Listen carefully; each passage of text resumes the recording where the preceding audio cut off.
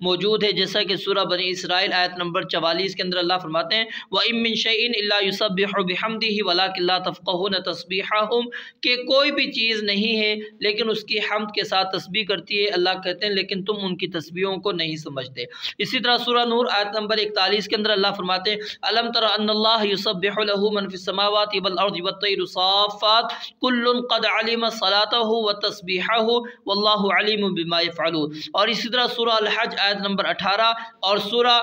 احزاب آیت نمبر 72، سورہ حشر آیت نمبر 21، سورہ نحل آیت نمبر 48، سورہ حامیم سجدہ آیت نمبر 21، یہ وہ تمام آیات ہیں جن کے اندر اللہ رب العالمین نے یہ ساری چیزیں بیان کی ہیں۔ اور احادیث کے اندر بھی نبی علیہ السلام نے بڑی معروف روایت ہے صحیح بخاری کی کہ احد ایسا پہاڑ ہے جو ہم سے محبت کرتا ہے اور ہم اس سے محبت کرتے ہیں۔ اور پھر آپ نے فرمایا کہ مکہ کے اندر ایک پتھر کو میں پہچانتا ہوں جو مجھے نبی بننے سے قبل مجھے سلام کیا کرتا تھا، اور یہ حدیث صحیح مسلم کے اندر بھی موجود ہے۔ اسی طرح کھجور کے تنے کا جو بلند آواز کے ساتھ رونے کا مشہور واقعہ صحیح ابن حبان وغیرہ کے اندر موجود ہے۔ تو یہ اتنے واضح دلائل ہیں کہ ان کے بعد جو بندہ بھی انکار کرتا ہے وہ صاف گمراہی پر موجود ہے۔ قرآن کے الفاظ ہمارے لیے حجت ہیں، دلیل ہیں، اور ان کے ظاہر معنی کی پیروی کرنا ہم پر کیا ہے؟ فرض ہے، واجب ہے۔ تو اللہ رب العالمین نے فرمایا کہ انسان تو اتنا سخت ہو گیا ہے کہ اتنی بڑی نشانیاں دیکھنے کے باوجود وہ اللہ پر ایمان نہیں لاتا، اللہ کا ڈر اور خوف اس کے اندر پیدا نہیں ہوتا، لیکن پتھر جو ہیں وہ کتنے نرم ہو جاتے ہیں کہ ان سے نہریں نکل پڑتی ہیں۔ اب نہریں ہیں، تھوڑا معمولی پانی نہیں، نہریں جاری ہو جاتی ہیں، پھٹ جاتے ہیں، ان سے پانی نکلنا شروع ہو جاتا ہے، اللہ کے ڈر سے گر پڑتے ہیں۔ تو یہ ساری کیفیتیں اللہ رب العالمین نے قرآن مجید کی دوسری آیات کے اندر بھی بیان کی ہیں۔ تو یہ تشبیہ اللہ رب العالمین نے دے کر یہاں پر اہل کتاب کے نافرمان لوگوں کے دلوں کی جو سختی ہے اس کو اللہ رب العالمین نے بیان کیا ہے۔ افتطمعون، کیا تم طمع رکھتے ہو؟ افتطمعون،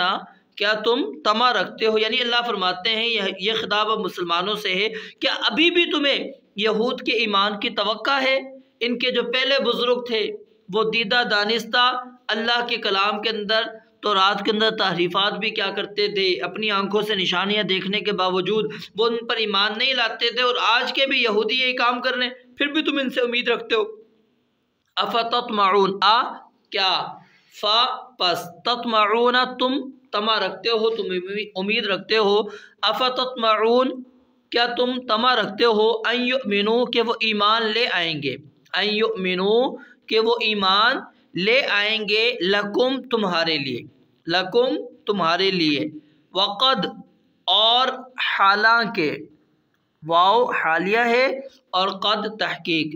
حالانکہ یقیناً کانا ہمیشہ سے رہا ہے، کانا ہمیشہ سے رہا ہے، فریقن ایک گروہ، فریقن ایک گروہ، منہم ان میں سے، منہم ان میں سے یعنی یہودوں میں سے ہمیشہ ایک گروہ اللہ رب العالمین فرماتے ہیں ایسا رہا ہے، یسمعون کہ وہ سنتے ہیں، یسمعون وہ سنتے ہیں، کلام اللہ اللہ تعالیٰ کا کلام، کلام اللہ اللہ تعالیٰ کا کلام، یعنی ہمیشہ اللہ فرماتے ہیں ان میں سے ایک گروہ ایسا رہا ہے جو اللہ کے کلام کو سنتا ہے، لیکن سننے کے بعد کیا کرتے ہیں، ثم پھر یحرفونہ اسے بدل ڈالتے ہیں، یحرفونہ اسے بدل ڈالتے ہیں۔ یہاں پر لفظی تحریف بھی مراد ہے اور معنوی تحریف بھی مراد ہے، تو ان کے اندر لفظی تحریف بھی موجود تھی اور معنوی تحریف بھی تھی، لیکن زیادہ معنوی تحریف ان کے اندر موجود تھی۔ ثم پھر یحرفونہ اسے بدل ڈالتے ہیں، من بعد اس کے بعد کے، من بعد اس کے بعد کے، ما عقلوہ جو سمجھا انہوں نے اس کو، ما عقلوہ جو سمجھا انہوں نے اس کو، یعنی آیت پڑھی، قرآن پڑھا، حدیث پڑھی، سنی اور پھر سمجھے، سمجھنے کے بعد اس کو بدل ڈالتے ہیں، وَهُمْ يَعْلَمُونَ اور اس حال میں کہ وہ جانتے ہیں، وَهُمْ يَعْلَمُونَ اور اس حال میں کہ وہ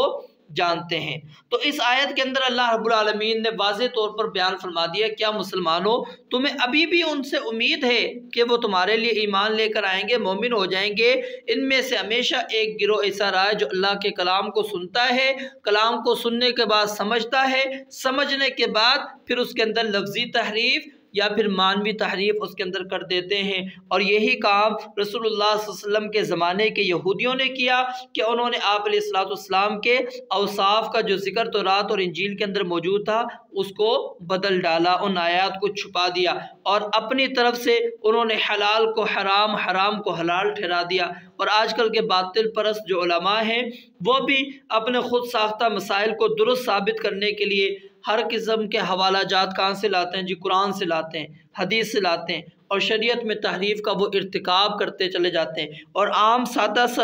مسلمان یہ سمجھتا ہے کہ دیکھو وہ دلیل تو قرآن سے دے رہے ہیں، وہ دلیل تو حدیث سے دے رہے ہیں، ان کے پاس بھی تو دلیل موجود ہے نا، عمل کی دلیل ان کے پاس موجود ہے۔ تو وہ کیا ہوتا ہے؟ در حقیقت اس کے اندر تحریف ہو رہی ہوتی ہے، وہ معنی اور مفہوم نہیں ہوتا جو اللہ کے نبی علیہ السلام نے بیان کیا یا صحابہ کرام رضوان اللہ علیہم اجمعین نے وہ معنی سمجھا۔ وَإِذَا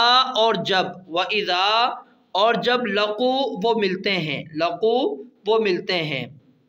الذین آمنوا ان لوگوں سے جو ایمان لائے، الذین آمنوا ان لوگوں سے جو ایمان لائے، قالوا تو کہتے ہیں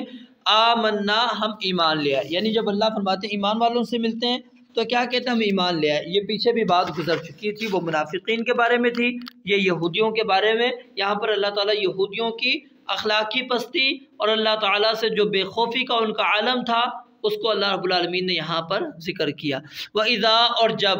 خلا اکیلا ہوتا ہے، خلا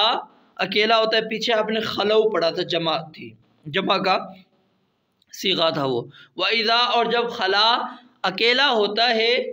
بعضهم ان کا بعض، بعضهم ان کا بعض، الی بعض بعض کی طرف، قالوا تو کہتے ہیں، قالوا کہتے ہیں، اتحدثونہم کیا، تحدثونا تم بیان کرتے ہو، ہم ان سے، اتحدثونہم کیا تم بیان کرتے ہو ان سے۔ ذرا دوبارہ دیکھیں، کیا، تحدثونا تم بیان کرتے ہو، ہم ان سے، سمجھ آ گئی؟ اتحدثونہم کیا تم بیان کرتے ہو ان سے، بما وہ باتیں جو، بما وہ باتیں جو، فتح اللہ، فتح کھول دی، اللہ اللہ تعالیٰ نے، فتح اللہ اللہ نے کھولی ہیں، علیکم تم پر، لیحاجوکم اس کو کھینچ کے پڑھنا، ہا کو کھینچنا ہے، اور ہا کو کھینچنے کے بعد یہ جیم کے اوپر جو تشدید ہے اس کے اوپر اس کو مار کے آپ نے پڑھنا ہے، لیحاجوکم، لیحاجوکم تاکہ وہ تم سے جھگڑا کریں، لیحاجوکم تاکہ وہ تم سے جھگڑا کریں، لام تاکہ یحاجو وہ جھگڑا کریں، کم تم سے، بھی ان کے ساتھ، بھی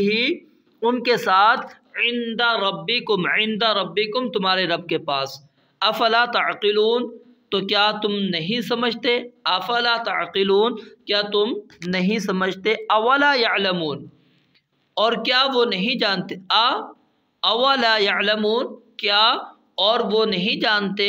ان اللہ کہ بے شک اللہ تعالیٰ، یعلم جانتا ہے، ما یسرون جو وہ چھپاتے ہیں، ما یسرون جو وہ چھپاتے ہیں، وما یعلنون اور جو وہ ظاہر کرتے ہیں، وما یعلنون اور جو وہ ظاہر کرتے ہیں۔ یعنی آخری دو آیات کے اندر اللہ تعالیٰ نے کیا ہے، یہودیوں کی اخلاقی جو پستی ہے اس کو بیان کیا، اور اللہ رب العالمین سے بے خوفی کا جو عالم ہے وہ کیا ہے کہ جب مسلمانوں کے ساتھ ملتے ہیں تو ایمان کا دعویٰ کرتے ہیں، اور پھر اپنے نفاق کو چھپانے کے لیے تورات کے اندر جو پیشن گوئیاں کا تذکرہ موجود ہوتا ہے، نبی علیہ السلام کے متعلق جو چیزیں موجود ہوتی ہیں وہ ان کو بیان کرتے ہیں، اور جب آپس میں ملتے ہیں تو پھر ایک دوسرے کو ملامت کرتے ہیں کہ تم نے مسلمانوں کے وہ باتیں کیوں بتائی ہیں جو صرف اللہ نے تمہیں بتائی تھی، کیا تم نہیں سمجھتے کہ مسلمان آخرت میں اللہ کے پاس تمہاری اپنی دی ہوئی معلومات کی بنا پر تمہارے خلاف حجت قائم کریں گے اور جھگڑیں گے کہ تم اللہ کے نبی علیہ السلام کو جاننے کے باوجود، پہچاننے کے باوجود اس کے اوپر ایمان نہیں لے کر آئے۔ پھر آگے اللہ رب العالمین نے فرمایا اولا یعلمون کیا وہ نہیں جانتے، اللہ تعالیٰ تو جانتا ہے نا، ہے